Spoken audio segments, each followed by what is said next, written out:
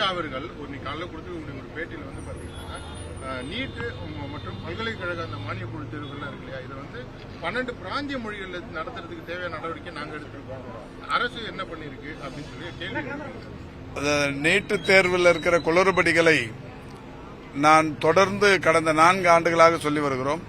நீட்டிலிருந்து விலக்கு பெறுவதற்கான நடவடிக்கைகளை நம்முடைய மாண்புமிகு தமிழ்நாட்டின் முதலமைச்சர்கள் மக்கள் மன்றங்களில் மட்டுமல்ல நீதிமன்றங்களிலும் தொடர்ந்து அதற்கான போராட்டங்களை, சட்ட போராட்டங்களை நடத்தி கொண்டிருக்கிறோம்.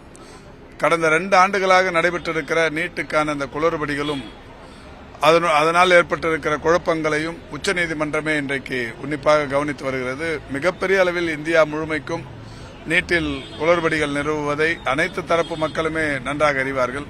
நான் ஏற்கனவே பலமுறை சொல்லியிருக்கிறேன். ஒரு முறை நான் ஒன்றிய அரசின் உயர்கல்வித்துறை அமைச்சர் தர்மேந்திர பிரதான் யாதவ் அவர்களை சந்தித்து இந்த நீட் பற்றி பேசும்போது அவரே சொன்னது, தமிழ்நாட்டில் மட்டுமல்ல ஒடிசாவிலும் கூட எங்கள் மாநிலத்திலும் 100% மக்கள் இதற்கு எதிர்ப்பு காட்டுகிறார்கள் என்கின்ற அந்த பதிவினை செய்திருக்கிறார்.